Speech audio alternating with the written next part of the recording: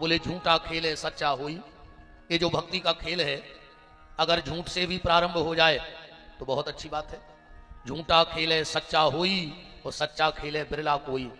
ये सांचा खेल तो कोई बिरला ही खेल सकता है, पर शुरुआत हो जाए, भगवान के नाम की शुरुआत हो जाए। ये हमारे पूज्य पिताजी महाराज हैं जो मंच पर आ रहे हैं। भक्तों के कारण वो नहीं आते, बड़े सरल सहज हैं। 2 मिनट को आ जाओ, फिर आप चाहे नीचे बैठ जाना।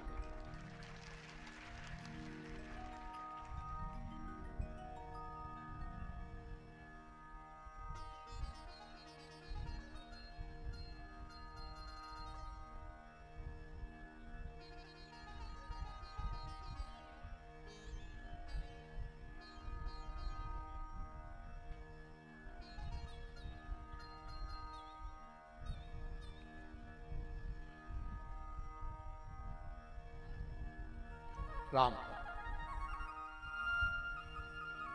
आज हम छठवें दिन की मंगलमयी चर्चा में प्रवेश कर रहे हैं। देखो, ये कथा है जो ये सिर्फ आपसे मिलने का बहाना और गौशाला का विकास हो, ये उद्देश्य है।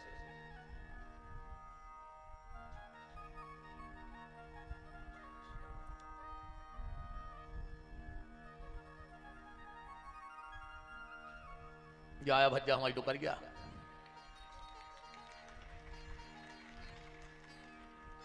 अरे भज्जा ईमानदारी बताएं, हमारे गांव के ही बैठे हैं। 12 साल हमारे दादा दादी अंधा अंधी बन के रहे, वो 12 साल खटिया पे रहे, 12 साल।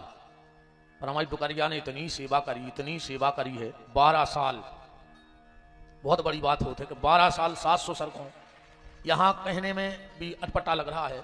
12 साल बिना कपड़ों के खटिया पे सुमाई नहीं डुकरिया को। दिन में 10-10 बार वृद्ध पंथा कपड़े गंदे कर लेते थे, तो 10-10 बार। पर हमारी माँ ने कभी जा नहीं कही कि दद्दा, तुम दद्दा कहते सबरे हमोरे कि तुमने जो कया करो। और ऐसी कोई मजदूरी नहीं जो हमारी माँ ने ना की हो। बिड़ी बनाई, चना काटे, कुआ की माटी फेंकी। गांव भर बैठो, हमारे यहाँ संघ वाले बैठे हैं जो हमारे संग काम करते। नारायण दाऊ घर में बैठे हैं, हम उन्होंने संग ठेका काटे, हमने कुआ की माटी फेंकी, हमारी मताई ने बिड़ी बनाई। पर कभी कोई गलत शिक्षा नहीं दी। आज भी हम को मार घल जात 2 जनों को, आज भी। जंग तो नहीं बने टुकर क्या समझ को गुस्सा आ जाए तो आज भी बार पकड़ ले गुस्सा में हम के। पर ये सिर्फ बात ये है कि आप अपने बूढ़े माँ बाप की सेवा करना। अगर बूढ़े माँ बाप की सेवा करोगे तो भगवान तुम्हारे भाग्य की लिखी हुई दरिद्रता भी मिटा देगा। मैं चैलेंज से कह रहा हूं, सारे संकट मिटा देगा।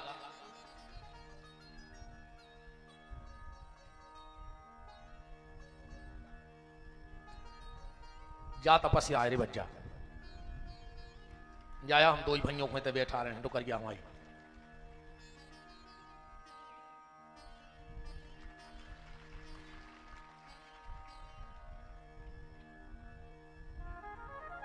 बरात जाओ तो चल जाओ।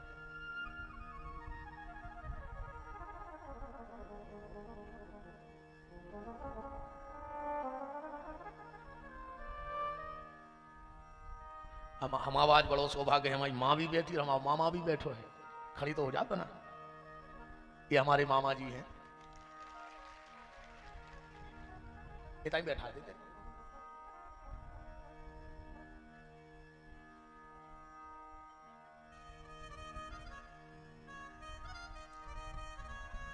अब वैसे तो हमारा पूरा परिवार बैठो है, मनो दर्शन में हो जाए। डुकर गया कि करो छच्छे, समझ गए। संसार में 4 जगह से दुख आता है, ध्यान से सुनना। और इन चारों जगह का दुख, 4 ही रास्ते हैं संसार में दुख के आने के। कितने रास्ते हैं? 4। और पूज्य राजघाट वाले महाराज जी बैठे हैं। 4 ही रास्ते हैं परमात्मा तक जाने के। महाराज जी, 4 रास्ते दुख के हैं और 4 रास्ते सुख के हैं। सुख माने परमात्मा। भगवान तक पहुंचने के 4 रास्ते, नाम, रूप, लीला और धाम। नाम में प्रीति हो जाए, परमात्मा मिल जाए। भगवान के रूप में प्रीति हो जाए, या भगवान की लीला में प्रीति हो जाए, कथा श्रवण में प्रीति हो जाए, या फिर भगवान के धाम में प्रीति हो जाए, तीर्थवास मिल जाए, ब्रजवास मिल जाए, श्री अवध का वास मिल जाए, नर्मदा के तट का वास मिल जाए।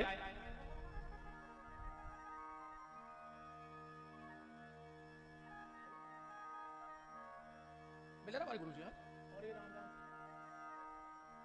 बड़ा ही मंगलमय सौभाग्य है। इतने तो भैया देखो, कथा तो हम तुम्हारे क्षेत्र में आए सुने हैं, यूट्यूब पे सुनियो। एक कथा में सिर्फ गौ और संतों के दर्शनों को आनंद लियो। कथा तो तुम हमारे यूट्यूब पे एक मिलता ही रहे, पर जिन्हें संत मिले हैं, जो धाम को वास मिले है। हमारे प्रिय अनुज, हमारा हृदय नवीन भैया के पूज्य गुरुदेव भगवान, जिनसे वो मंत्र गुरु हैं, और हमारे हृदय में भी उनका उतना ही सम्मान है। पूरा जीवन भगवान के कीर्तन में, भगवान की कथा गा गा करके और विरक्ति का जीवन व्यतीत करके, और आज भी भगवान नाम में निरंतर जब साधन में लगे हुए ऐसे परम श्रद्धेय पूज्य संत चरण महंत श्री 108 श्री तुलसीदास जी महाराज बिलेरा राज मंदिर से उनके भी पावन चरण मंच की तरफ बढ़ रहे हैं। मैं कोट सा चरणों में नमन बंदन प्रणाम करता हूं और सत्सम्मान महाराज जी को आगे न करे, हाथ पकड़ ले भैया, हम तो छीन नहीं पा रहे, बहुत दिन में दर्शन करे। सीताराम।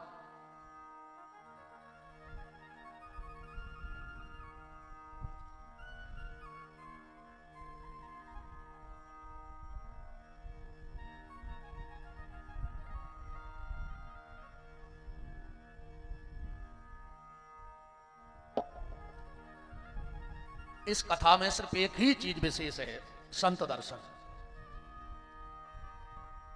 मैंने अभी कुंभ के समय एक बात कही थी। कुंभ गंगा मैया 12 महीने वही गंगा मैया है, 12 महीने वही गंगा मैया है। आप कभी चले जाओ, अगर गंगा में अमृत की बूंदें मिली हैं तो वो तो 12 महीने मिली हैं। ऐसा तो है नहीं कि माघ का महीना हटना हो और गंगा में से अमृत निकाल लिया जाता हो। ऐसी कोई मशीन तो बनी नहीं कि 11 महीने गंगा के जल में अमृत न रहे। तो फिर हम लोग क्यों कुंभ में जाते हैं? मेरा मानना है कुंभ में हम गंगा मैया के दर्शन को नहीं जाते, कुंभ में जाते हैं हम संतों के दर्शन करने के लिए, क्योंकि जो संत कभी नहीं निकलते वो कुंभ में निकल के आते हैं, इसलिए गंगा का महत्व बढ़ जाता है। एक बात और कहें, संसार को पवित्र करने का काम है गंगा का। संसार को पवित्र करने का ठेका किसने लिया? गंगा ने। विष्णु पुराण में आया है, गंगा गंगेत यो भ्रूयात योजना नाम सतैरपि मुंचते सर्व पापेभ्या विष्णु लोकम स गच्छति। अगर 100 योजन दूर से भी गंगा मैया का नाम ले लिया जाए तो विष्णु लोक की प्राप्ति हो जाती है। तो गंगा संसार को पवित्र करने का ठेका लेके बैठी है, पर गंगा को पवित्र कौन करता है? बोले गंगा को पवित्र करता है सती और संत, पतिव्रता नारी, और इन संतों के चरणों का स्पर्श गंगा को पवित्र कर देता है। श्री भक्तमाल जी में कथा आई है, जो हरिद्वार में ऋषिकेश के थोड़े से ऊपर गए होंगे दर्शन करने, लगभग 15 से 20-25 फुट ऊपर से गंगा जी गिरती हैं। अच्छा, आप इस मंच पे खड़े हो जाओ, 5 फीट का मंच है, और एक लोटे से नीचे बर्तन में जल डालो तो आवाज आएगी कि नहीं आएगी? पानी की आवाज आएगी। पर वहां 25 फुट से इतनी मोटी धार गिरती है, आवाज नहीं आती। क्यों नहीं आती? संत श्री पीपाजी महाराज बहुत उच्च कोटि के महात्मा हुए, वो गए एक बार भजन करने, तो उसी जगह समाधि लगाई, 5-7 मिनट तो भजन किया और उठ के चलने लगे। गंगा मैया प्रकट हो गई। कहा, भगत जी कहां जा रहे हो? बोले हम तो चले। बोले क्यों? बोले यहां मेरा मन नहीं लग रहा है। बोले क्यों? बोले ये पानी गिर रहा है, जो जल गिर रहा है, इसकी झरझर की आवाज आ रही है, तो मन भटक रहा है भजन में। गंगा मैया ने कहा, छोड़ के मत जाओ, हम वचन देते हैं आज से यहां आवाज आएगी नहीं हमारी। महाराज जी भक्तमाल में आया कि बालापन में भजन किए, बालापन में भजन किए, जवानी में रहे उदास, माने संसार से दूर। बालापन से भजन किए, जवानी में रहे उदास, तो तीर्थ आशा करते हैं कि कब आवे हरिदास। तीर्थ भी आशा लगाए बैठे रहते हैं कि कब कोई संत या सती आवे और अपने चरण मुझ में डाले, तो गंगा कहती है जैसे ही संत का चरण और सती का चरण मुझे मिलता है तो मेरे सारे पाप सहज ही नष्ट हो जाते हैं। यह संतों की महिमा है। तो कुंभ में हम लोग सिर्फ इसलिए जाते हैं कि हमें संत दरस हो। क्यों? क्योंकि जब तक पाप रहेगा तब तक परमात्मा मिलेगा नहीं। जब तक पाप रहेगा परमात्मा मिलेगा नहीं। और पाप कहां से कटेगा? बोले संत दरस जिमि पातक तरई। जब संतों का दर्शन होगा तो ये मन मनमोहन की तरफ खींचेगा। इसीलिए तो हम कहते हैं कि संतों के पास बैठो, संतों से जुड़ो। अगर मोहन से नहीं जुड़ सकते तो मत जुड़ो, तुम मोहन के प्यारों से जुड़ जाओ। डायरेक्ट मोहन से तो जुड़ नहीं पाओगे। और फिर एक बात और गहराई से समझ लो, आत्मा और परमात्मा इनके बीच में महात्मा का होना बहुत जरूरी है। हाँ महाराज जी, आत्मा और परमात्मा के बीच में महात्मा का होना बहुत जरूरी है। अगर किसी सत्कर्म के कारण तुम्हें परमात्मा की प्राप्ति हो जाए, पर अगर बीच में कोई महात्मा नहीं है तो समय वो सत्कर्म का फल जैसे ही नष्ट होगा और परमात्मा तुम्हें छोड़ के चला जाएगा। अब इसका उदाहरण देखो आप। अयोध्या में दशरथ जैसी आत्मा जिसने भगवान से मौत मांगी कि फनी बिन मनी और जल बिन मीना मम जीवन प्रभु तुम्हें अधीना, मौत मांगी। और साक्षात श्री राम परमात्मा है वहां। दोनों कुछ दिन रहे और एक दिन अलग हो गए। क्यों? क्योंकि उस दिन अयोध्या में भरत जैसा महात्मा नहीं था। और अगर उस दिन अयोध्या में भरत जैसा महात्मा होता तो क्या आत्मा और परमात्मा कभी अलग हो सकते थे? क्या राम दशरथ अलग हो जाते? क्या कैकेयी की चाल चली जाती? इसलिए मोहन से ना जुड़ पाओ तो मोहन के प्यारों से जुड़ जाओ। देखो सीधी सीधी बात जा, ये संत महापुरुष भगवान से जुड़े हैं। अच्छा कोनो करंट लग जाए, वो डोरी पकड़े हुए और तुम अगर वो खो पकड़ ले, डोरी बिल्कुल न पकड़ियो। पर जे खो करंट लगो है, जो डोरी पकड़े हैं तुम वो खो पकड़ ले तो करंट लगे कि नहीं लगे? लग जे कि नहीं लग जे? भली अपन ने डोरी नहीं पकड़ी तो बिल्कुल भगवान ने मिले चिंता नहीं करियो। भगवान से सिर्फ एक ही कहो कि तुम मिलो चाहे बिल्कुल न मिलियो, पर तुम अपने प्यारों से मिलाते रहियो। धीरे धीरे झटका तुम्हें भी घलन लगे, झटके घलेंगे, ये गारंटी है। तो बात चल रही थी कि 4 रास्ते परमात्मा तक पहुंचने के और 4 रास्ते दुख के। 4 जगह से दुख आता है और 4 रास्तों से ईश्वर तक पहुंचा जा सकता है। पर आज की विडंबना यह है, जो नाम जापक हैं वो कहते हैं नाम ही सब कुछ है।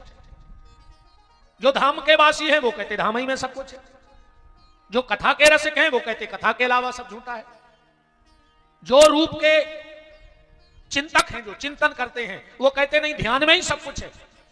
पर ये बात क्यों भूल जाते हैं लोग कि नाम भी उसका है, धाम भी उसका है, कथा भी उसकी है और चिंतन भी तो उसी का है। फिर ये भेद क्यों है? ना नाम में भेद है, ना रूप में, ना लीला में, ना धाम में। पर विडंबना ये हो गई है, कहानी से समझना, आज की जो स्थिति बन के रह गई है। एक गांव में हाथी आया। अब पूरा गांव था अंधा, तो अंधों को पता लगा कि आज अपने गांव से हाथी निकल रहा है। एक ने कहा यार हमको तो हाथी देखना है, तो दूसरे ने कहा अंधा ही रहे, जब आंखें ही नहीं आ। वो बोलो जा भी सही यार, हाथी देख भी कैसे अपन तो समझ रहा है। तुम में एक दिमाग वालों है तो बोलो सुनो, अपन हाथी देख नहीं सकत, पर हाथी को छू तो सकत है। हाथी को छू तो सकते हैं। तो सबने कहा चलो अब छू लीजिए अपन हाथी। तो सब अंधे गांव भर के इकट्ठे हो गए। जब गांव भर के अंधे इकट्ठे हुए, महावती से कहा महावती भैया हम लोग हाथी छू सकते हैं। महावती ने कहा भैया गांव है बड़ा और हमें जाना है दूसरे गांव। अब अगर हम एक एक आदमी को हाथी छुआएंगे तो 4 दिन तक व्यतीत हो जाए। तुम लोग एक काम करो, गांव के 4 प्रमुख लोग लाओ, हम उन 4 को हाथी छुआ देंगे, फिर हम चले जाएंगे, वो गांव को समझाते रहेंगे। तो उन हजारों अंधों में से 4 अंधे आगे आ गए। 4 ने हाथी छुआ, हाथी चला गया। हाथी चला गया। अब पूरा गांव इकट्ठा हुआ, बोले बताओ हाथी कैसा था? तो जो 4 लाल बुजक्कड़ अंधे थे, एक ने कहा हाथी था सूपे जैसा, बिल्कुल चाहे सूपा देख लो चाहे हाथी, क्योंकि उसने हाथी का कान पकड़ा था। तो दूसरे ने कहा तुम अंधे के अंधे हो, हाथी था खंबे जैसा, क्योंकि उसने पांव पकड़ा था। तीसरे ने कहा हाथी था पाइप जैसा, मोटर कैसी सेक्शन, कहा सोने सूंड पे हाथ फेरो तो। एक बोलो नहीं नहीं हाथी हतो रस्सी जैसो, कहा सोने पूंछ पे हाथ फेरो तो। और चारों में इतना विवाद हुआ कि वो गांव में 4 पार्टी हो गई। बहुत गहराई से समझना, वो उनके ना जाएं, वो उनके ना जाएं, वो उनसे बोलचाल बंद, वो उनसे बोलचाल बंद। एक दिन फिर हाथी वाला तो निकल ही गया था। एक दिन एक महात्मा जी आए उस गांव में, पता किया किस गांव में सब प्रेम से रहते, बोले नहीं रहते, 4 पार्टी है गांव में। महात्मा जी ने पूरा पता करो। अरे यार जी तो अनभिज्ञ हो गए, गलत फहमी में चले गए। तो महात्मा जी ने फिर हाथी बुलवाया, गांव के लोगों इकट्ठो करो। अब बोले भैया जो तुमने 20-50 साल से लड़ रहे हो, महावती से पूछो कि हाथी कैसा है। गांव वाले ने कहा बताओ महावती। एक बोलो कि कैसो, हम तो कह रहे सूपा जैसो है। बोले वो तुमने हाथी को कान पकड़ो तो। अब बोले हाथी खंबा जैसो है। बोले तुमने पांव पकड़ो तो। अब बोले ये कह रहे थे पाइप जैसो है। बोले तुमने उसकी सूंड पकड़ी थी। और बोले जो रस्सी, बोले वो पूंछ थी, मतलब हाथी ये कही हतो। बोले हाँ। और बोले हमारे गांव में 20 साल से झगड़ा चल रहा। अब वो अंधों का गांव कौन सा है, समझना बात को। वो अंधों का गांव ये संसार है। अपन सब अंधरा बैठे हो, अंधरा के नहीं है, ये भली खुली हैं पर है अंधरा। अब देखो अपन सिद्ध करिए। अपन कोऊ के घरे गए, अब वो खा रहा रोटी, तुमने पूछी क्या क्या कर रहा है, तो तुम्हारी का फूट गई थी। तो मैं नहीं दिखा रहा हूं कि वो रोटी खा रहा हूं, मैंने दिखा नहीं रहा जब तो तुम पूछ रहे। वो कुर्सी पे बैठो, और भैया क्या हो रहा हो, कुल टांगे खा रहा है, तुम्हारी फूट गई कि वो कुर्सी पे बैठो। माने आंख के रहते भी हम लोग अंधे हैं कि नहीं है बताओ। आदमी जानबूझ के पूछा। अब को माला कर रहा हो, क्या क्या कर रहा है। एक बार 2 बजे रात को जजमान ने हमें फोन लगा दो, कहले गुरुजी क्या कर रहे हैं। हम कहीं नहा रहे हैं। कहले को 2 बजे, हमने कही तो तुमका पागल हो गए, 2 बजे आदमी सो उठे। ये सारा संसार आंख के रहते हुए भी अंधा है। तुलसी ऐसे जगत को भयो मोतिया बिंद, पूरे संसार को मोतिया बिंद हुआ है, ईश्वर उसे साफ साफ नहीं दिख रहा है। अन्य मानो तो ऐसी समझो, एक बार बादशाह ने अकबर से कही, बादशाह ने बीरबल से कही कि बीरबल अपने राज्य में कितने अंधरा हैं उनकी लिस्ट तो बनाओ। बीरबल बोलो साहब 1 महीना को टेम लगे, 5 लाख को खर्चा है। बादशाह बोलो कि 5 लाख, अरे बोले सर्वे करवाने पर आदमी लगे हैं, लिखा पढ़ी कागज पेन, 100-200 आदमी छोड़ने पर पूरे राज्य में जब एक घर से लिस्ट बन, अंधरा कितने हैं। बादशाह बोलो बीरबल फिर हम करवाएं मगर सर्वे बाद में, और कहूं रिपोर्ट गलत निकली तो समझ लियो। बीरबल बोलो साहब सूली लटका दियो, अगर एक भी गड़बड़ हो जाए तो जेले 5 लाख। बीरबल बोलो साहब और हम 1 महीना यहां हैं भी ना दरबार में। बोले का यार, बोले अभी के घर जाने, ठीक है तुम्हें 1 महीना की छुट्टी। बीरबल गया घर, 5 लाख दाए पत्नी को, कहने लगो जाओ जेवर बनवा ले। पत्नी बोले सर्वे, वो तो बोले होगा। बोले तुम, बोले हम जा रहे तीर्थ हो, अब कबे लौटो, बोले 29 में देना। अरे बोले सर्वे तो करवाने, बोले हमने कह रही होगा। बीरबल घूम घाम के 29 में देना रात में घरे आ गए। सवेरो भाव पत्नी बोली कि तुमने ये कागज नहीं लिखो, एक लिस्ट नहीं बनाई, का रिपोर्ट लेके गया हो। बीरबल बोलो तुम तो एक रस्सी दे दे और एक दे दे जूता, अब देखो तुम हम रिपोर्ट बना रहे हैं। उन्हें जूता में बांधी रस्सी और चढ़ गओ घर के ऊपर। 10 बजे दरबार खुलता था, 10:15 बज गए। जब बीरबल नहीं पहुंचा तो सिपाही आया लेने, सो जो जूता लाए वो खंगो घुमावे, वो रस्सी में बांधे। सिपाही बोला बीरबल ये क्या कर रहा है तू, बादशाह ने बुलाया है। बीरबल ने जवाब ही नहीं दो, कहने लगे बता कर क्या रहा है, क्या कर रहा है। जब 10-20 बेर पूछी, सिपाही को जवाब ने मिलो, सो पहुंचो मंत्री के। बोले मंत्री को सुना ही नहीं रहा। मंत्री बोलो हम जा रहे।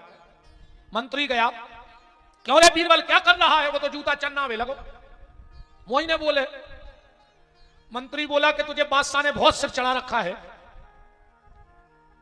अब बादशाह जाने और तुम जानो। गुस्सा में मंत्री का बादशाह से बोलो तुमने इतना सिर चढ़ा ला को, वो सीधे बात नहीं कर रहा हो। बादशाह बोले तो हम ही जा रहे। बादशाह गया, ए बीरबल आज 30 दिन हो गए, तू दरबार में क्यों नहीं आए, क्या कर रहा है। अब वो तो जूता चन्ना भी लगो घुमावे। 10-20 बेर बादशाह ने कही बिल्कुल इतना चढ़ के लोगो अब पैसे ना पहुंचा रहे थे, गड़वा दे तुमको जिंदा। बादशाह जाके कुर्सी पे बैठो और बीरबल पीछे से दरबार में आ गया। साहब तन्नक देर लग गई घरे। बादशाह बोले कि लिस्ट कहां है? बीरबल बोलो जा है, पढ़ो। बोले पूरे छांट लाए? बोले हां छांट लाए। हमारी सुर्खी नगर पंचायत के अध्यक्ष प्रतिनिधि और गौशाला के लिए दिन रात समर्पित श्री सरमन सिंह जी उमरारी उपस्थित हैं, उनका खूब खूब मान है। बोलो वृंदावन बिहारी लाल की। बीरबल ने वो लिस्ट दे दी, पढ़ो बादशाह नगर में कितने अंधा हैं।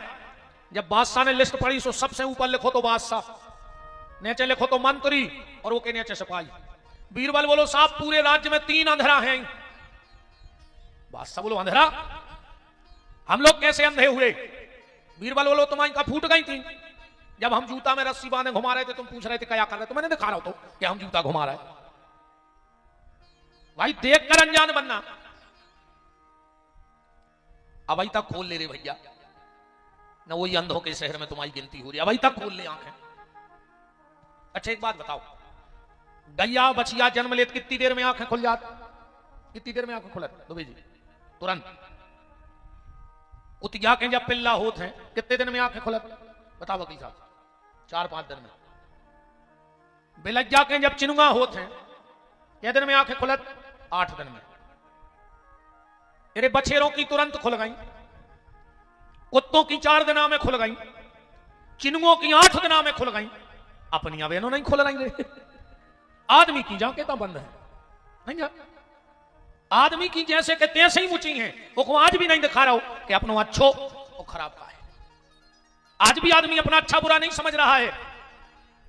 हम लोगों की आदत गाड़रों जैसी हो गई, अगर एक गाड़र गड्ढा में गिर जाए तो एक के बाद एक के बाद एक के बाद सब में गिर जाए। ऐसा ही अपन प्रहलाद जी कह रहे महाराज जी भागवत में हिरण्याकश्यपु से, ग्रह अंधकूपम, पिताजी ये संसार अंधकूप है, ये संसार अंधकूप है। कूप में और अंधकूप में अंतर होता है। कुआ कहावत है जो बीच गांव में हुए, और अंधकूप कहावत है जो जंगल में हुए। इनमें अंतर का है? अगर गांव के कुआ में कोनों गिर जाए और वो चिल्ले है तो 2-5 लोगों को बचा ले, ऐसे तो बचती रहते आदमों को आबो जाबो है। और अगर जंगल के कुआ में कोनों गिर जाए और उते महीनों से कोई जात नहीं है, वो तो चिल्लियात ही चिल्लियात मर जाते।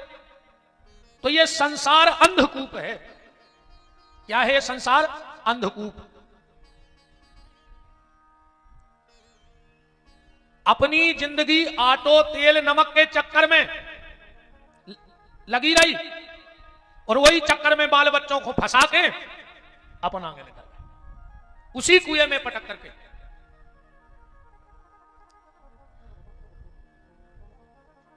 बड़ा मंगलमय सौभाग्य है। हमारे देश के सुप्रसिद्ध कथा व्यास YouTube के माध्यम से आप सबने सुना होगा, बटकेश्वर धाम से पूज्य संत श्री बटुक जी महाराज बड़े प्रसिद्ध कथा व्यास हैं। आज उनका भी पावन पदार्पण, मंगलमय पदार्पण। परम गौ भक्त हैं, परम गौ भक्त। जोरदार तालियां ऐसे गौ भक्त के लिए। सांवरे सरकार गोपीठ में आपका बहुत बहुत मान यह दास करता है कि आपने एक छोटे से आग्रह को और छोटी सी जगह पे पधारने का जो मेरा आग्रह था उसे स्वीकार किया। परम श्रद्धेय पूज्य बटुक जी महाराज, आप लोग YouTube पे सुने हो ना सुने हो तो एक बार जरूर सुनिएगा। वाणी में वो रस,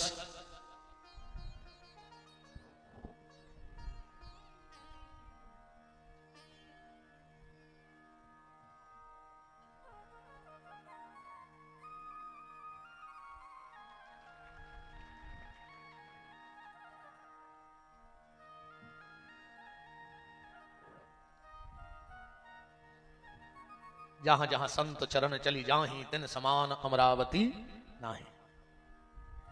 महाराज प्रभु जी कह रहे हम तो संतों के चरणों में बैठेंगे। जी जी ब्राज ब्राज ब्राज जी जी ब्राज। जो बीच बीच में जा रहे हैं चले जाओ, हमें कोई दिक्कत नहीं है, पर बिना प्रसादी के मत जाना। भीतर भंडारा प्रारंभ है, कोई भी बगैर प्रसादी के मत जाना। ये नहीं कि हम आपको लड्डू रसगुल्ला खिलाएंगे, है तो रूखी सूखी रोटी, पर घर की रोटी में और यहाँ की रोटी में एक अंतर है। अंतर इतना है, घर में रोटी है, मंदिर में प्रसाद है, पर यहाँ का महाप्रसाद है, क्योंकि यहाँ गैया मैया की कृपा है। हाँ, महाप्रसादी है। और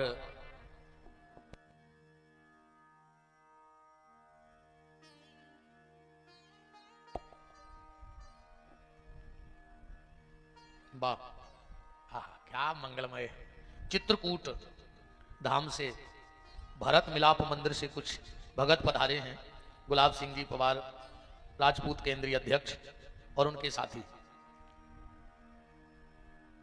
यहां तक खींच लाए। अभी आप लोग एक जगह आए थे, बोले महाराज जी कथा करवानी है और भरत जी की इच्छा है कि विपिन बिहारी भरत चरित्र सुनाएं। हमने कहा देखो अब जैसी ठाकुर जी की इच्छा होगी। तो अब तो मुझे लगता है कि सारे तीर्थ यहीं आ गए हैं।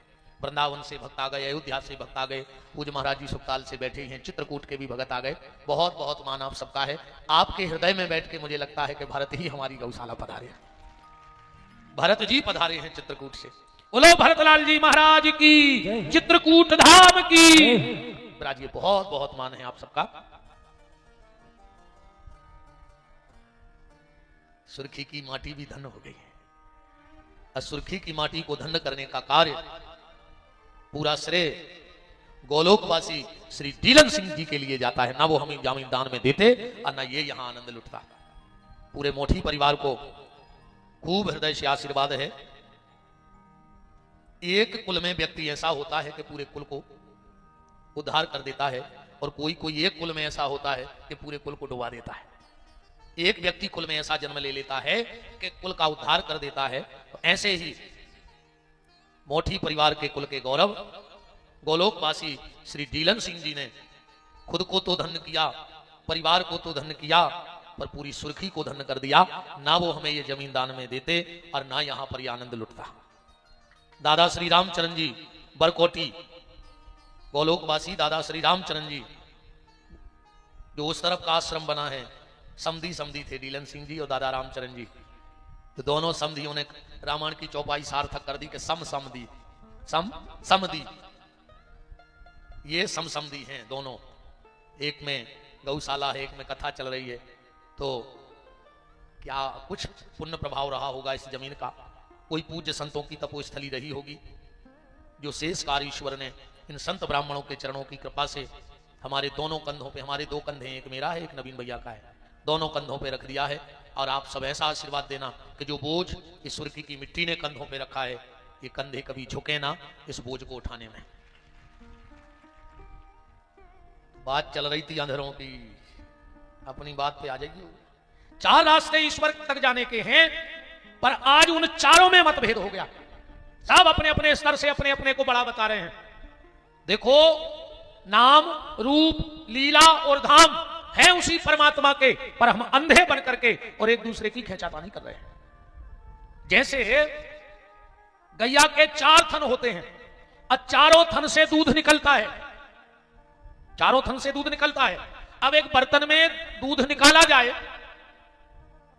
और मैं विज्ञान के बाप को चैलेंज करता हूं, क्या कोई ये बता सकता है उस बर्तन के दूध में कि कौन से थन से कौन दूध निकला था?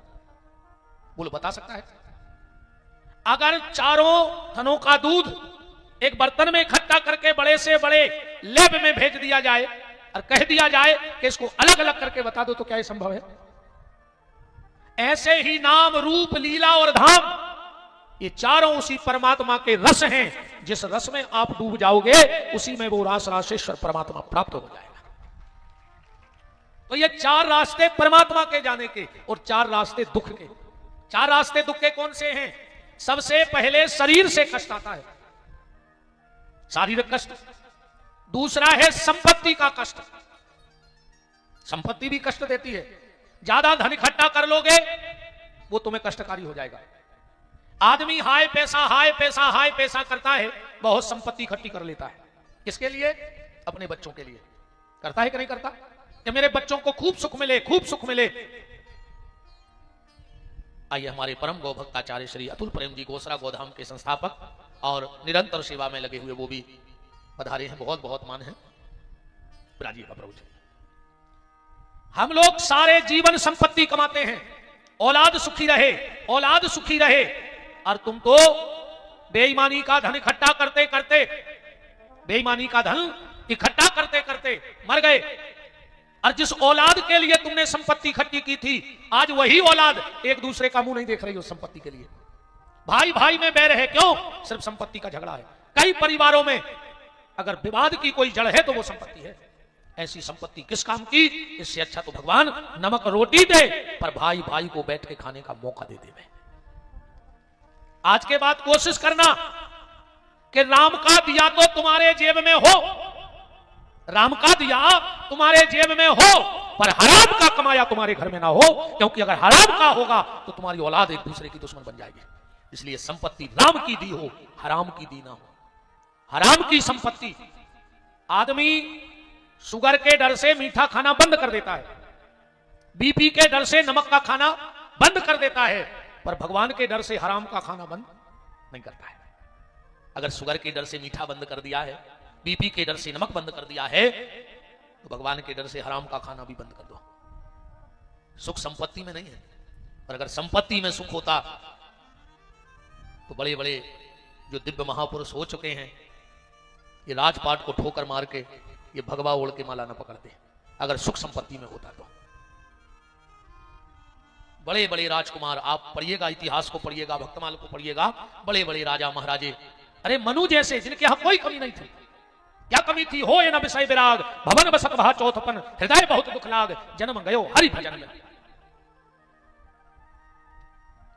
तो संपत्ति ऐसी मत कमाओ कि तुम्हारी औलाद एक दूसरे का चेहरा न देखे। आज भाई भाई का चेहरा नहीं देख रहा है, भैया भैया की शक्ल नहीं देखो चाहे रहो। कोशिश करियो रे कि भैया से बैर न करियो। तो पहला दुख आता है शरीर से, दूसरा दुख आता है संपत्ति से, तीसरा दुख आता है संबंधियों से। हाँ, अपन अच्छे हैं तो रिश्तेदार लड़ंखा दंदी फंदी मिल गए, सो अपन हर हफ्ता जेल के ठाणे दरवाजे। तुम भली जेल नहीं गए, मन मिल भी तो तुम्हें जेल जाने पर। कबू बीड़ी लाए फिर रहे, कबू सिगरेट लाए फिर रहे, कबू पूड़ी लाए फिर रहे, कबू सकरात के लड़ुआ लाए फिर रहे। अब जिंदगी को दंड फंद नहीं करे, मतलब रिश्तेदार आए सुबह ठाणे मिल भी होते। संबंधी भी दुख देते हैं, पर इन तीन दुख से निपटा जा सकता है। चौथा जो दुख है उससे निपटना बहुत कठिन है। तीन दुखों से व्यक्ति निपट लेगा, शरीर के दुख से निपट लेगा, संपत्ति के दुख से निपट लेगा, संबंधियों के दुख से निपट लेगा, पर जो तीसरा दुख है, चौथा, वो है संतान से। और जो दुख संतान से प्राप्त होता है तो औलाद के सामने फौलाद से फौलाद व्यक्ति भी टूट जाया करता है। औलाद के सामने फौलाद व्यक्ति भी टूट जाता है। हमारे बहुत प्रिय शिष्य, और जहां भी हमारी तीर्थ में कथा होती है, उसके पूरे एक एक रुपए का खर्च, चाहे 1 लाख से 50 लाख तक का खर्च हो, वो आपके द्वारा चुकाया जाता है। चाहे हम बद्रीनाथ में कथा कहें, चाहे सुखताल में, चाहे चित्रकूट में, चाहे हरिद्वार में, और अभी 1 जनवरी से फिर हम रामेश्वरम जा रहे हैं। ऐसे हमारे भैया बहुत प्रिय श्री राहुल चौबे जी, राहुल मुन्ना चौबे उपस्थित हैं। हर तीर्थ में कथा के आयोजक आप ही होते हैं। और नेपाल भी कुछ हमारे साथ भगत गए होंगे। बद्रीनाथ तो सुधीर भैया गए थे। फुल व्यवस्था भोजन की, रहने की, और किसी से 1 रुपए का कोई चंदा नहीं, 1 रुपए का चंदा नहीं।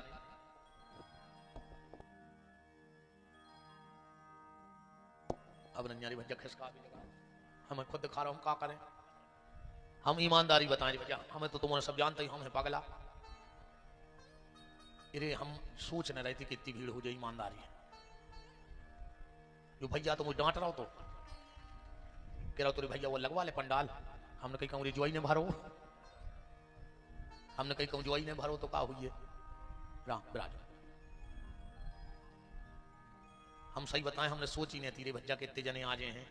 अब अगली बार हम डबल पंडाल लगवा है, क्या करें? देखो जब हमें हमारी औकात पता है, इतने आदमी जुड़ रहे थे हमारे लाने, पर तुम्हारे आए भज्जा हम सबको जे दे दद्दा। हमें तो बात नहीं करते, एक एक जन वहां हम कौन कौन से बातें हैं बताओ।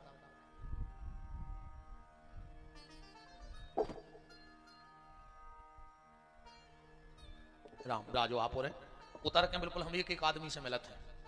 पूरे यजमानों में पता है 3 बजे के पहले नहीं सो, पूरी रात फिरत हैं। वो संगे उठ जा सबके 4 बजे, 6-7 दिन हो गए हमारे तो भंजों ने 2 घंटा की नींद नहीं लगी। एक आदमी से मन नहीं मिल सकता, भैया क्षमा करियो सब जने को नाराज बता, तो कहां से मिलते एक जने से मंच में उतार रहे हो तो फिर हम तुम आए तुम हम आए।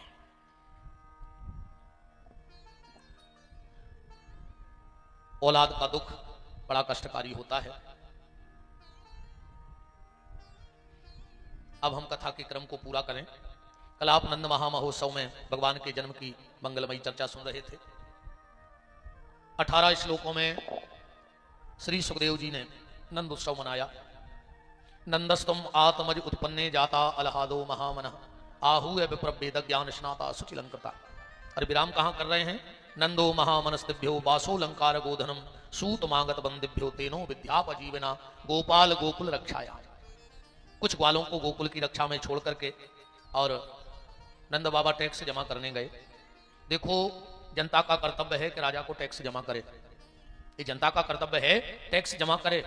सरकार के पास पैसा तो टैक्स के माध्यम से पहुंचता है, पर शासन का भी कर्तव्य है। 3 चीजों पे शासन को विशेष ध्यान देना चाहिए। सबसे पहले शिक्षा पर, दूसरा सुरक्षा पर और तीसरा स्वास्थ्य पर। अधिक से अधिक हमारा टैक्स का दिया हुआ पैसा इन 3 चीजों में लगे। अगर कभी सरकारों तक हमारी बात पहुंची तो एक हमारा सुझाव जरूर होगा कि आप गेहूं फ्री ना करें, आप बिजली फ्री ना करें। अगर आपको फ्री करना है तो भारत में पढ़ाई फ्री कर दें, भारत में दवाई फ्री कर दें। जिस दिन पढ़ाई और दवाई ये दोनों फ्री हो गए, उस दिन कोई गरीब बच्चा जिसके अंदर भगवान ने कुछ विशेष दिया है, वो धन के कारण अपनी पढ़ाई बीच में नहीं रोकेगा। क्योंकि, और मैं तो कई बार कथाओं में कहता हूं कि अगर आपके घर में एक थाली हो तो बेच देना, रोटी हाथ पे रख के खाना। अगर एक भी थाली हो तो बेच देना, रोटी हाथ पे रख के खाना, पर अपने बच्चों को शिक्षित जरूर बनाना, पढ़ाना जरूर। रोटी पत्तल पे रख के खा लेना, हाथ पे रख के खा लेना, पर किताब लाके बेटे के हाथ में देना। अपने बेटे को महंगा जूता पहना पाओ चाहे बिल्कुल ना पहना पाओ, पर उसके हाथ में किताब जरूर देना। और यही सरकारों को करना चाहिए। सरकार फ्री का अन्न ना बांटे। अगर फ्री का खाते खाते लोगों को फिर सब फ्री की आदत पड़ जाएगी।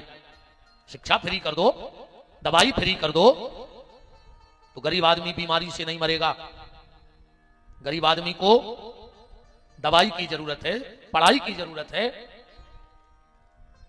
नंद बाबा टैक्स जमा करने गए और वसुदेव जी से भेंट की, लौट कर आए हैं। तकने के बीच में कंस ने पूतना को भेजा है।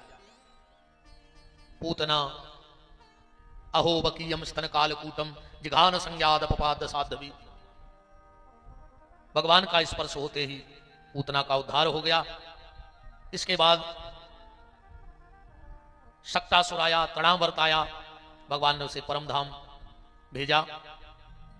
और फिर भगवान का नामकरण संस्कार हुआ। गर्गा पुरोहितो राजन यदु नाम सुमहातपा अयम ही रोहिणी पुत्रो रमयान सुहृदयो गुणई। रोहिणी मैया के लल्ला का नाम बलराम रखा गया। और बहुनी संतानी नामानी रूपाणी चसुतस्ते। गर्गाचार्य जी कह रहे, मैया संसार में कितने कंकड़ हैं उसकी गिनती हो सकती है, आसमान में कितने तारे हैं उसकी गिनती हो सकती है, पर तेरे लल्ला के नाम कितने हैं इसकी गिनती नहीं हो सकती है। बहुनी संतानी नामानी रूपाणी चसुतस्ते। पर इस अवतार में वर्ण सांवला होगा तो नाम कृष्ण होगा, और कुंडली का नाम इनका बांके बिहारी होगा। मिला के देख लेना। रोहिणी नक्षत्र का दूसरे चरण का जन्म है, और दूसरे चरण में जो हमारे पंडित जी लोग विराजे हैं, 4 चरण का एक नक्षत्र होता है और 9 चरण की एक राशि होती है। बड़ा मंगलमय सौभाग्य है।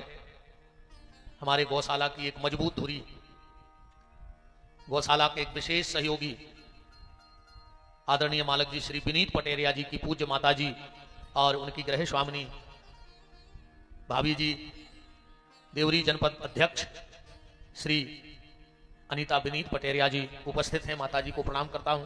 बहुत बहुत मान आपका आपके घर में है। बोलो वृंदावन बिहारी लाल की। आजा भैया, ये हमारे राम लक्ष्मण आ गए, 2 ऋषि को साल। राजा राजा राजा राजा इतने निकल आओ, बैठा तू। माता जी को कुर्सी देता। हाँ, चल। भगवान का नामकरण हुआ, भगवान ने बोलना प्रारंभ किया। 3 वर्ष में भगवान वृंदावन जा रहे हैं। क्योंकि अब भगवान को वृंदावन की लीला को पूर्ण करना है। अब ब्रज की लीला, वृंदावन का मतलब है तुलसी।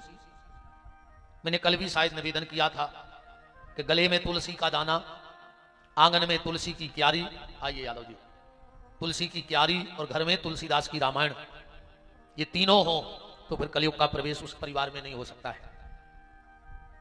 भगवान वृंदावन बिहारी बने और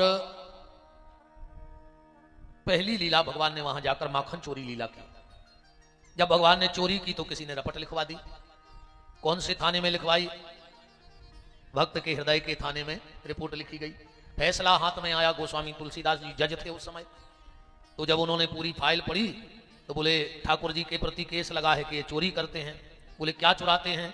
तो बोले ब्रजे वसंतम नवनीत चौरम, भगवान ब्रज में रह के मक्खन की चोरी करते, नवनीत की। तुलसीदास जी बोले करने दो, इस चोरी की कोई सजा नहीं है, इसमें कोई मुकदमा नहीं है। बोले क्यों? बोले भगवान नवनीत चुराते हैं और मेरी नजर में नवनीत क्या है? गोस्वामी जी कह रहे संत हृदय नवनीत समाना, जिन संतों का हृदय मक्खन की तरह कोमल हो जाता है, मेरे बांके बिहारी दौड़ करके उसके मन को चुरा ले जाते हैं। भगवान मटके का मक्खन नहीं चुराते, भगवान मन रूपी मक्खन की चोरी करते हैं। मक्खन के 2-3 गुण हैं। पहले तो सफेद होता है। भगवान की पहली शर्त तो यही है कि निर्मल मन जनसो मोई पावा। अब फिर कोमल होता है। तो अगर तुम्हारा मन कोमल और निर्मल और स्वच्छ हो जाए तो ठाकुर जी तुम्हारे घर में भी चोर बन के आएंगे।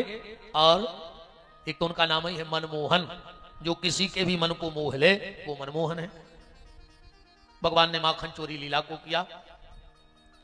थोड़े से हमारे सरकार और बड़े हो गए तो इसके बीच में और भी राक्षस आए। हाँ, कोई गधा बन के आया, कोई बगुला बन के आया। भगवान सबको यथोचित गति प्रदान करते गए, क्योंकि भगवान का एक स्वभाव है, जिस पे रीझ जाते हैं उसको भक्ति दे देते हैं, और जिस पे खींच जाते हैं उसको मुक्ति दे देते हैं। और भक्ति और मुक्ति का रास्ता तो भगवान का धाम ही है, चाहे कोई भक्ति के मार्ग से चला जाए, चाहे कोई मुक्ति के मार्ग से चला जाए। तो भगवान किसी को भक्ति का पथ बता रहे हैं, किसी को मुक्ति का रास्ता दिखा रहे हैं। करते कराते फिर यमुना जी में एक कालिया नाम का सर्प रहता था। भगवान ने उसको वहां से निकाल के उरगदी भेज दिया। फिर भगवान ने गोचारण लीला को प्रारंभ किया। भगवान गैया मैया की सेवा कर रहे हैं। गैया मैया की सेवा करते करते भगवान ने फिर गिरिराज जी का महत्व सबको बताया और गिरिराज की स्थापना करवाई। बोलो गिरिराज भगवान की। फिर चर्चा आती है चीरहरण की। इस बार में थोड़ा सा प्रकाश, क्योंकि सब विद्वान बैठे हैं, आनंद आएगा ये भाव कहने में। चीरहरण पे थोड़ा सा प्रकाश। अगर इसी तरह की कथाएं समाज में होती रही कि भगवान चीर चुराते हैं, भगवान चीर चुराते हैं, तो आने वाली जो जनरेशन है वो भगवान पे भरोसा नहीं करेगी।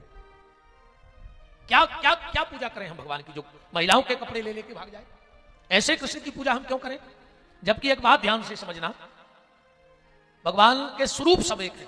मैंने कहा ना, गाय का दूध एक बर्तन में गिर जाए तो एक है, कोई भेद नहीं है। फिर भी अगर लीला जगत में देखा जाए तो भगवान के जितने अवतार हैं, उन अवतारों में अगर ये सनातन धर्म सबसे ज्यादा किसी का ऋणी है तो बांके बिहारी का ऋणी है, भगवान कृष्ण का ऋणी है। आप कहो कैसे ऋणी है? आज अगर हम मंच से कथा बोल रहे हैं, ये संत तिलक स्वरूप माला पहन करके जनमानस में भ्रमण कर रहे हैं और सनातन धर्म की जय हुंकार भर के बोल रहे हैं, तो इसके पीछे अगर कोई है तो वो बांके बिहारी है, कृष्ण है। अगर आज कृष्ण ना होते, भगवान ने यह लीला की होती, तो शायद आज किसी व्यास की ताकत नहीं थी कि सनातन धर्म की जयकार लगा पाता। एक बात बताना आप लोग, जिस वक्त दुर्योधन ने दुशासन को आदेश दिया कि दुशासन जा और उस द्रौपदी को नग्न करके मेरी जंघा पर बिठा दे, और अगर उस दिन दुशासन अपने कार्य में सफल हो गया होता तो क्या हम सनातन धर्मी किसी को मुंह बताने के लायक बचते? उस दिन भगवान कृष्ण ने खाली द्रौपदी का चीर नहीं बढ़ाया था, उस दिन भगवान कृष्ण ने हर सनातन धर्मी की नाक ऊंची कर दी थी, सबका मान बढ़ा दिया था। सारी तो एक बहाना था, पर हम सबका मान बढ़ा दिया। आज भी कहते हैं, बड़ा मंगलमय सौभाग्य है, टिकिटोरिया समिति से सभी पदाधिकारी और रैली से आदरणीय श्री अवध मालक जी और उनकी पूरी टीम उपस्थित है। और अभी नवरात्रि में हमें टिकिटोरिया पे कथा माँ बुला रही है, तो आप सब भी अगर वहां के भगत बैठे हो आसपास के, तो नवरात्रि में हम टिकी टिटोरिया पहुंच रहे हैं और अभी 23 तारीख को साईं खेड़ा शिलवानी के पास हमारे राम पहुंचेंगे। अब 2-3 दिन तो भैया अच्छा आराम कर हैं और फिर कथा खोजे हैं। मुझको घाटो लग गौरी 8-10 दिन हो गए समझो नहीं। अरे पैसा भी चाहने दत्ता हरों का करे ना था हैं, बिना पैसा करे कुछ नहीं। हमने कोरोना में देख लाओ है, कटोरिया में डुबकी मारत थी जब दार को दानों मिलत तो।